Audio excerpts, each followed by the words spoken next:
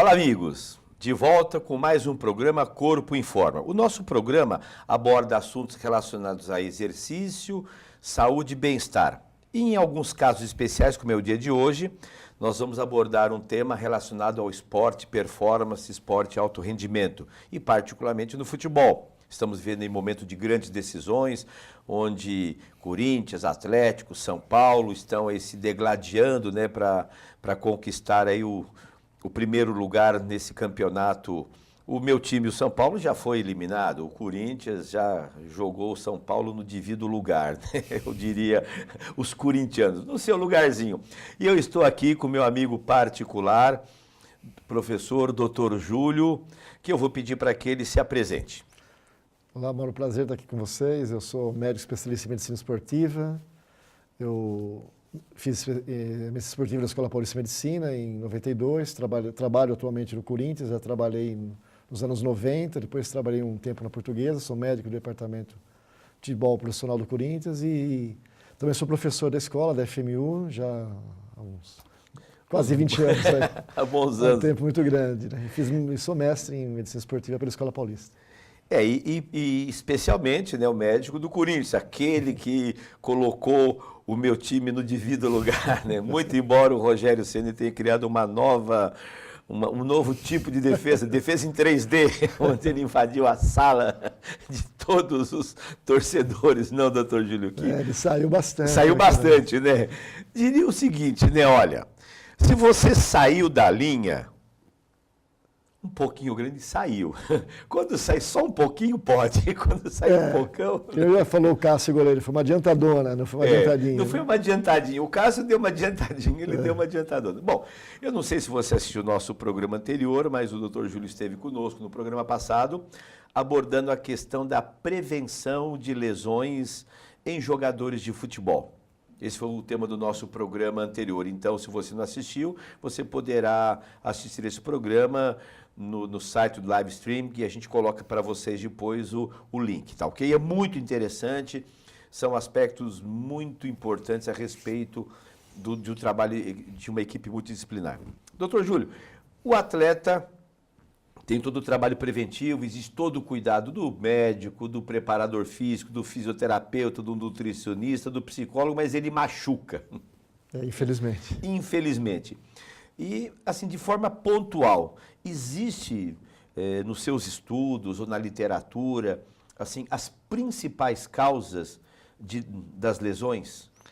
Existe. A gente sabe que a sobrecarga, que é o fator... Sobrecarga. Sobrecarga, o aparelho osteoarticular, né, o perilocomotor é o que mais sente esse tipo de alteração. Então, são as lesões musculares em primeiro lugar.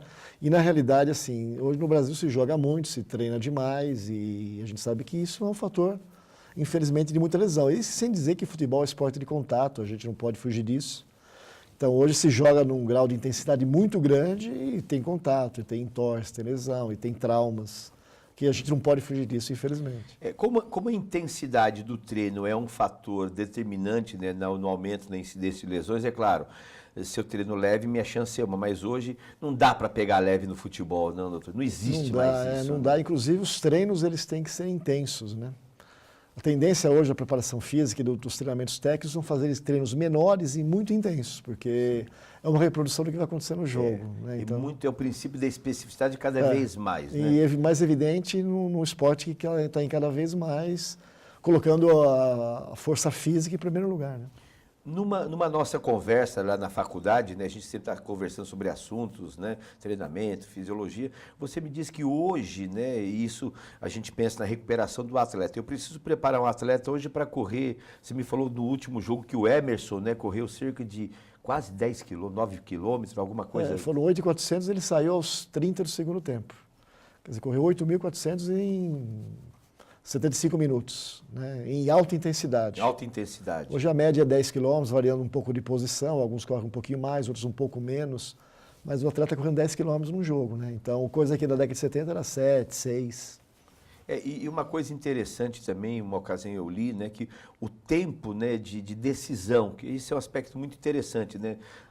Há uns anos atrás, né, o meu filho, que é corintiano, Diogo, né, e a gente sabe, ele era pequeno, e na televisão estava passando um videotape do jogo da da Copa de 70. Aí o Clodoaldo pegou a bola, veja, Gerson parou a bola, olhou, matou, olhava para lá, olhava para cá. Aí passou, aí o Diogo Pequeno falou assim, ô pai, me diga uma coisa, a televisão está com problema? Eu falei, não, Diogo, está funcionando normal. Não é que o jogador está tão lento. Assim Veja, foi um detalhe que me chamou muito a atenção. E eu vi alguma coisa que o atleta, ele tinha, na época dos anos 70, 5 segundos para decidir o que fazer com a bola. Parava, olhava para lá. Hoje é quanto tempo, doutor Júlio? Hoje é 1-2 e lembrando que hoje os técnicos treinam, né, a sobra, né, que é o jogador que está sobrando a marcação, que vai dar o segundo combate depois se ele passar ou se ele conseguir dominar do primeiro marcador. Então, além dele ter muito menos tempo, ele também tem uma dobra de marcação, né, que é complicado para o jogador. Então, e isso determina, doutor Júlio, eu tenho visto assim que, eu me lembro que na década de 70, né, o foco da preparação física, né, pelo saudoso Cláudio Coutinho, né, era a resistência aeróbia, né? O Brasil ganhava na Copa ganhava no segundo tempo, né? Quando estava todo mundo começando a ficar cansado, o Brasil estava correndo porque tinha uma capacidade aeróbia fantástica. Hoje precisa disso e mais potência, não? Hoje me parece que é a força, potência, e velocidade, né, Mauro? O futebol é muito veloz, né? Então, força e velocidade são as valências mais importantes aí. Tem que correr muito, né? Os jogadores são muito ágeis, né? Tem que ter esse preparo de espaço muito rápido, um domínio de bola e uma ação muito rápida também, que não se tinha antigamente. Ele podia parar uma bola, a bola corria, ele pegava a bola. Hoje não, ele tem que matar a bola próximo ao seu corpo e usar aquelas habilidades que ele tem, né? De força, de giro, muito mais aprimoradas do que antigamente. E a gente olhando, parece que o espaço ficou pequeno, não? Parece que o campo diminuiu, não? Parece mesmo, é a sensação que a gente tem. A gente assiste o jogo dentro do campo, né? Essa possibilidade, você vê que parece que tem espaço, mas não tem. Não tem, né? Tá, Bom, então, por essa questão de intensidade, né? de muita potência, e a incidência de lesões hoje é maior do que antigamente, doutor Júlio, apesar da evolução, da preparação. A gente diria assim, o jogador se machuca mais hoje ou não? Ele se machuca mais, embora, até parece meio paradoxal, ele se machuca mais, embora esteja mais preparado. Olha só que interessante. Isso acontece, ele se machuca muito porque joga muito, né? Antigamente só se jogava uma vez por semana, tinha semana que não se jogava. Hoje você faz uma média de 6 a 7 jogos por mês, né? Então dá quase jogos de quarta e domingo, a exigência é maior. Então hoje ele se machuca mais, sim. Não tem esses números precisos estatísticos para te passar, mas a gente sabe que se machuca mais, sim. Bom, então veja, o jogador se machucou, então uma lesão de natureza muscular, né? Ele teve lá o edema, o estiramento. Antigamente as pessoas falavam, é distensão, né? Quer dizer, a distensão já é um caso mais grave. Lesão, né? é isso. É uma lesão mais grave, né? A gente classifica uma lesão, distensão uma lesão mesmo com ruptura de fibra. Com ruptura de fibra. Isso é muito frequente. Antigamente a gente ouvia muito, né? Ah, ele se machucou, teve uma lesão por falta de alongamento. Né? Falava-se muito isso, eu me lembro, né? E aí apareciam os jogadores alongando, né? Levantava a perna, aí fazia um alongamento estático, né? Hoje não se usa quase mais. Isso é importante, você que está assistindo, essa questão do alongamento estático, ficar parado com a perna levantada, né? Eu não sou a melhor pessoa para falar, porque vocês conhecem melhor do que eu, mas a gente usa muito funcional hoje, né, Mauro? Então, é tudo movimento dinâmico, né? Dinâmico. Muito na situação. E a gente percebe os preparadores físicos, os fisioterapeutas que estão ligados diretamente com a área de preparação, eles têm, obviamente, uma resposta e tudo é funcional. Até a gente do tratamento médico, quando você tratou uma lesão muscular, você tem que colocar o indivíduo no funcional para ver a resposta. Como é que ele se comporta na situação de movimento. De movimento, que é o que ele vai fazer. Muito parecido com aquilo que ele faz no jogo. Se ele muito vai parecido, exatamente. Bom, vamos ver o vídeo número 1, né? Como nós estamos falando em recuperação de lesões, precisa de uma estrutura para isso, não, doutor Júlio? Sem estrutura, né? Antigamente machucou gelol, né? Óleo elétrico. Hoje mudou bastante, a atuação do fisioterapeuta é importante no futebol, né? E a gente tem uma sala de musculação muito boa, que funciona preventivamente e também de treinamento, né? Então aí vocês estão vendo a imagem de atletas que estão fazendo tratamentos. São atletas que estão no departamento médico conosco e já estão numa fase mais adiantada, estão fazendo uma dinamização, que a gente chama, né? Sem impacto, às vezes num elíptico, numa bicicleta. Mantendo a capacidade Isso, cardiorrespiratória, exato. descansando um pouquinho o joelho no movimento elíptico da bicicleta. Uma certa prevenção muscular também, para não perder força, atrofia. Então, a academia funciona assim também. A gente tem observado muito, doutor Júlio, a questão das bandas elásticas, não? Na recuperação, não? Os fisioterapeutas têm usado muito, ainda é um pouco polêmico, uns aceitam, outros não. Mas eles dizem que você faz um agrupamento maior das fibras musculares e previne lesão. E o que a gente estava observando ali também, né, no movimento, nessa fase de ser pós-traumática, né, ele fazendo um movimento em pé, né? Em pé, que é diferente de ele ficar lá numa cadeira adutora e ele fazer uma adução de quadril em pé com a banda, que ele está usando os músculos estabilizadores. Esse é o princípio básico. Exatamente. Né? A gente usa muito assim o estático, como você falou, Mauro, numa situação de pós-jogo, né? Quando você quer ganhar um pouco mais de força muscular, numa recuperação. Mas tudo é feito dinâmico, então hoje você tem que colocar o indivíduo para fazer atividades dinâmicas, você acelera o período de tratamento, né? de recuperação, diminui o período de tratamento e faz com que ele tenha um funcional mais próprio e, com certeza, a gente tem tido uma resposta melhor nesse sentido. A gente tem colocado os jogadores mais cedo para voltar à atividade. Veja, essa ideia do mais cedo, doutor Júlio, existe uma relação entre, assim, tipo de lesão, tempo de recuperação e volta ao jogo? Existe. Existe? Existe, a gente tem alguns protocolos, mas é muito individual, viu, Mauro? A gente sabe que tem jogador que acelera o protocolo e outros são um pouquinho mais lentos. Aí é a condição orgânica de cada um. Orgânica, exato, capacidade de recuperação. Né? O que ele faz lá fora também, né? Tem que se cuidar, o atleta tem que saber que tem que dormir, tem que comer bem, tem uma série de coisas, porque ele vive muito do corpo. Eu acho que o estilo de vida deve ser uma loucura para a equipe técnica manter essa garotada, né, com assédio, né? Sem dúvida. Vamos ver o próximo vídeo, tem um equipamento muito interessante. Olha aí. Esse é usado como avaliação e na recuperação, doutor Júlio? É usado nos dois. Na avaliação ele é mais estático, mas dá um parâmetro básico para você saber o que está acontecendo a nível de força muscular. A gente usa muito na recuperação também, né? Pós-lesão, né? Usado muito em pré-temporada. O cinético ajuda bastante a gente. Então, o tratamento, em médio, às vezes o radialista, né, o locutor diz assim, olha lá, estirou, né? Eles cantam a lesão. Eles cantam, e não é bem assim. Hoje você tem que fazer o exame e classificar a lesão. Hoje, se você for fazer um exame num atleta, Mauro, quase todo mundo tem edema muscular. É mesmo? Quase todo mundo. Você pega uma partida exaustiva, os grupos musculares, eles exudam um pouquinho de líquido, então dá uma imagem de um edema que a gente não classifica uma lesão. Se esse edema ficar um pouco além do normal e começar a atingir fibras sensitivas, vai atrapalhar o funcional. Então, a gente vê muito isso na mídia e os jornalistas sempre perguntam para a gente, tem um edema muscular? Tem um edema muscular. Esse edema muscular... um pouquinho para o internauta, doutor, porque às vezes as pessoas não entendem a característica do... Porque você tem o hematoma e o edema, né?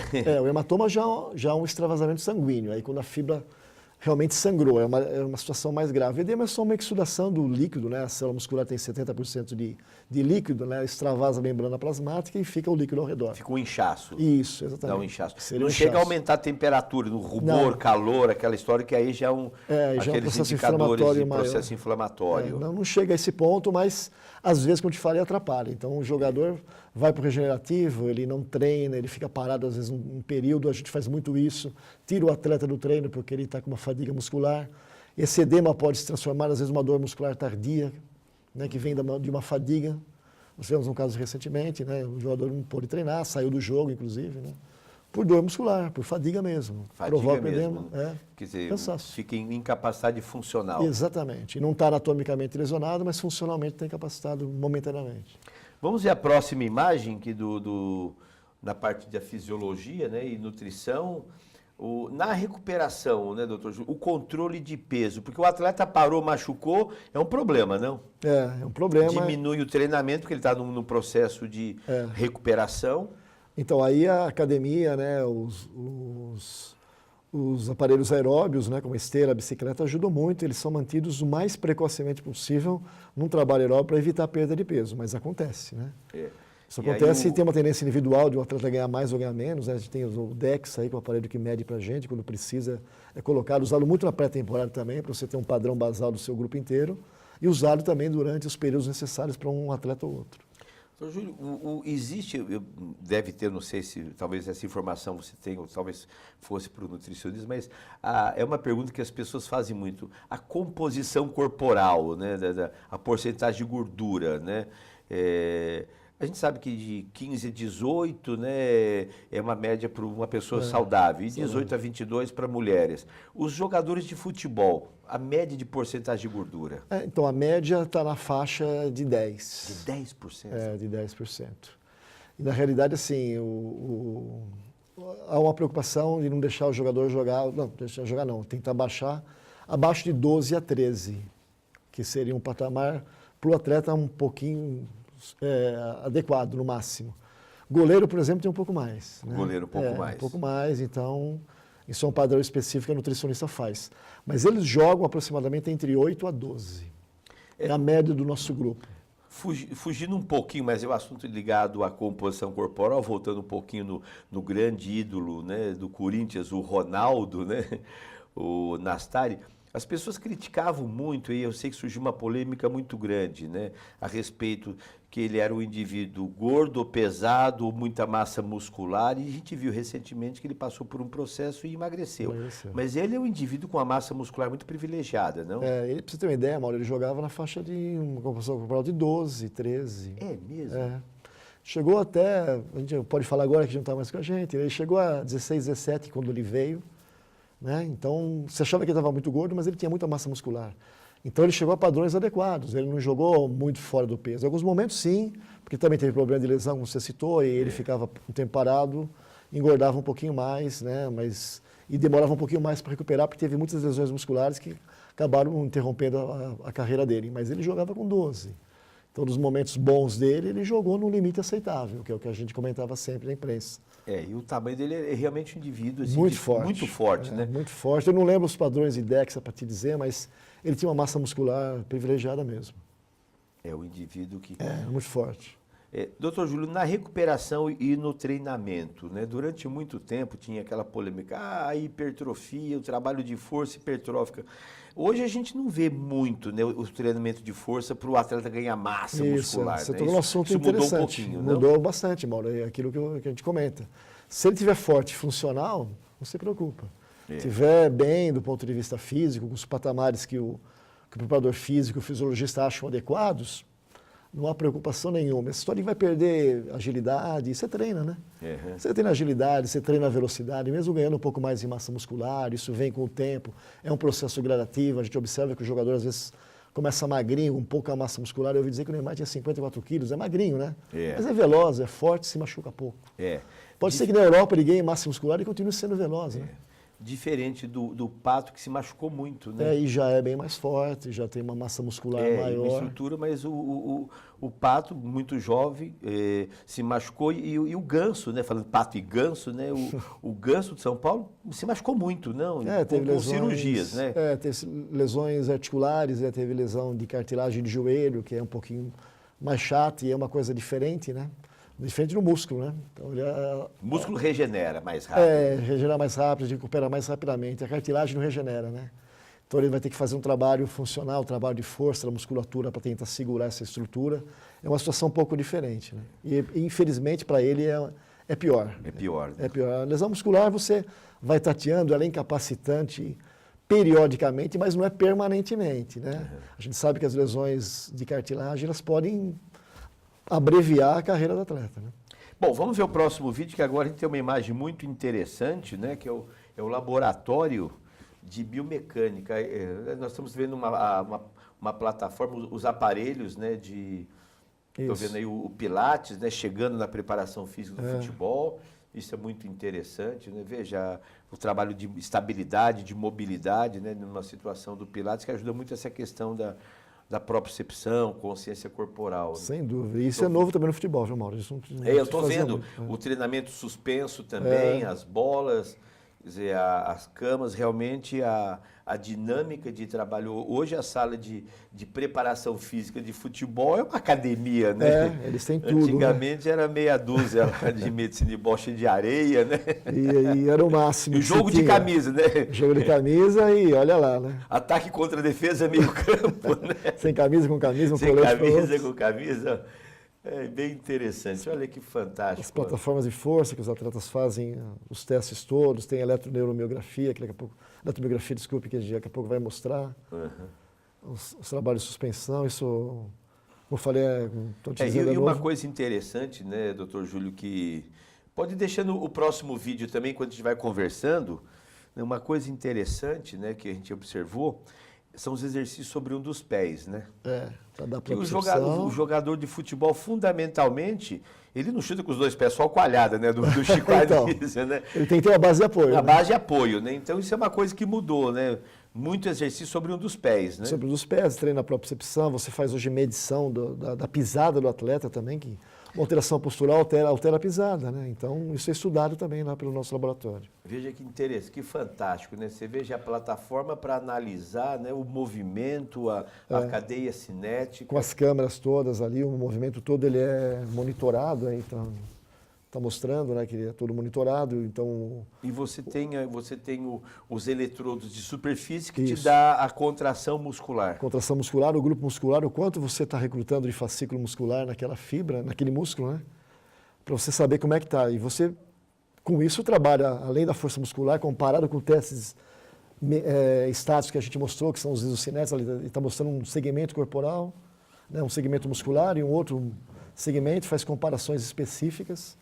Ele está vendo os estabilizadores, provavelmente, os extensores de joelho. Exatamente. Ele coloca o atleta para fazer um movimento mecânico monitorado com eletromiografia. É uma abdução, né, de quadril com estabilidade. Veja que a recuperação no Dr. Júlio hoje, né? Antigamente você olhava o cara, deve estar assim, dava uma medidinha, está com atrofia de 2 centímetros, né? Era só, precisa aumentar, era a referência da época. Né? E a eletromiografia a gente está usando bastante, isso era só mecânico, né? O Luciano, que é o nosso terapeuta, e o Bruno Maziotti, eles trabalham muito bem essa área, eles estão fazendo um trabalho maravilhoso, também usa com prevenção também, a gente faz também essas avaliações no início da temporada, viu, Mauro, para saber como é que está. E muita reabilitação, tá vendo a imagem da estabilização toda monitorada? Da pisada do atleta, então com os eletrodos ali, então aquilo fica tudo gravado. O mecanismo da pisada.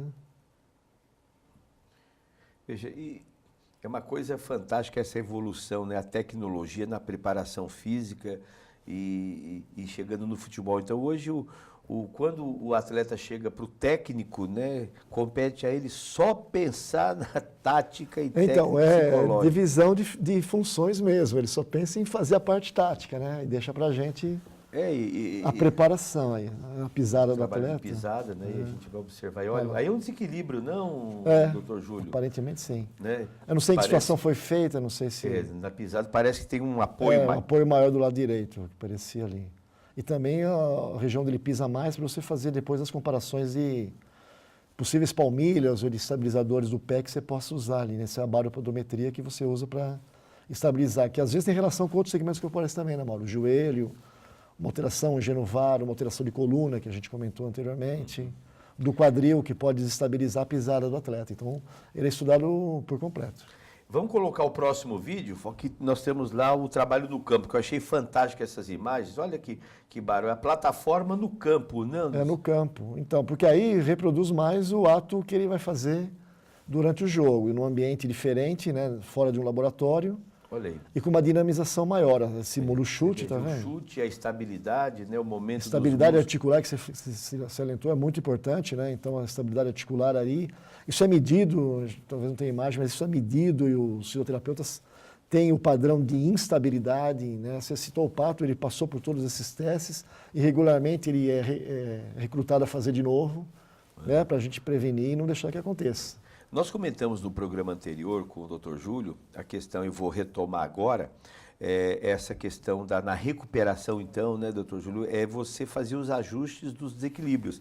E você comentou no nosso bate-papo informal que uma das causas, né, da incidência de lesões são as assimetrias, os desequilíbrios musculares. Exato. E as instabilidades articulares. A gente está relacionando isso também com a instabilidade da articulação. Mas desequilíbrio muscular é importantíssimo. Você tem que deixá-lo equilibrado funcionalmente, né, Mauro? Aquilo que a gente sempre comenta, funcionalmente. Por isso que o laboratório é importante nesse sentido. Porque ele mede funcionalmente. Então, não é só no aparelho estático, é funcional. Né? Veja, pessoal, eu acho que esse é um aspecto muito interessante, né? Hoje as pessoas têm falado muito em treinamento funcional, treinamento multifuncional. Quer dizer, isso vem reforçar muito essa ideia, né? Veja que a preparação física, a avaliação, ela não é mais uma avaliação estática, uma avaliação dinâmica, é uma avaliação de movimento. De movimento. Então você avalia o padrão de movimento, a qualidade de movimento. Veja que interessante, a gente não viu nenhum teste de carga máxima. Então. Isso não está preocupado em quanto que ele estende de joelho. Não, né? porque não vai usar carga máxima no jogo. Para quem vai treinar? Então, o doutor Joaquim fala sempre a gente, e a gente usa também o funcional no médico. A gente faz o exame ultrassonográfico do atleta, às vezes não está totalmente cicatrizada a lesão, mas se ele está se sentindo bem, vamos treinar em campo. O doutor Joaquim, que é o nosso consultor e chefe de departamento, sempre fala isso. Lesão muscular a gente trabalha visualizando o funcional. Então, são evoluções que a gente vai tendo da parte média, na fisioterapia e no treinamento. Né? Pena que a gente às vezes não tem o tempo total para fazer isso, né? Porque o ideal é ter tempo maior para você recuperar. Como a gente comentou, não, doutor Júlio, e fico imaginando o estresse, né, profissional do médico, fisioterapeuta, do preparador físico, né, vendo que o atleta precisaria de mais uma semana. Isso. E ele tem que entrar em campo, né? Então a gente tem que ter o cuidado, obviamente, de não deixar que a saúde dele fique prejudicada, né? Você tem que ter um limite ético, né, para não deixá-lo ter um problema maior, né? E a gente sabe hoje, isso já está comprovado, que esporte de alto rendimento nem sempre é saúde, né? É claro, não adianta, não isso tem jeito, né? Ele vai ter um ônibus que ele vai pagar, né? Não vamos esperar que o Neymar, ou o Pato, ou o Ganso, ou o Cássio esteja aos 40 anos em campo. Estarão velhinhos. Velhinhos, às vezes um pouquinho Nós mais não, você podemos conversar aqui até os 90. Nós somos mais velhinhos que ele. Mais velhinhos ainda. Bem, doutor Júlio, eu acho que a nossa conversa acho que foi bastante produtiva, seguramente trouxe uma contribuição muito grande para os internautas, para os amantes do futebol, por um lado, para aqueles que gostam de ciência. Para os corintianos. Para os corintianos, nem diga, né? Porque, veja, nós trouxemos aqui, olha que coisa terrível, né? O diretor nosso é santista, autorizou que um São Paulino trouxesse um corintiano. Agora, né? Nesse programa que nós estamos gravando, né? Nós não sabemos ainda o resultado. Se deu o Corinthians e o Santos. E no próximo programa nós vamos falar sobre esse assunto, que seguramente o senhor Delci, meia esquerda, né? Rompedor, vai dizer assim, olha, o Santos... Vamos ver, vamos aguardar. O nosso câmera aqui na frente, corintiano, o nosso do lado de cá, palmeirense. Você vê que coisa fantástica. Como que o futebol mobiliza, né, doutor Júlio? É bom, isso é bom. Isso é fantástico. Doutor Júlio, muito agradecido. Quer deixar um e-mail de contato, se alguém corintiano, São Paulo e Palmeiras quiser saber um pouco de ciência? É Júlio Stancati, tudo junto, @globo.com. Estou à disposição para qualquer dúvida que a gente queira conversar. Veja, pessoal, o meu site é o www.institutomaurogzelini.com.br. Tá? O meu e-mail é mauro@institutomaurogzelini.com.br. Se você tiver interesse e algumas informações, saúde e bem-estar, o nosso site.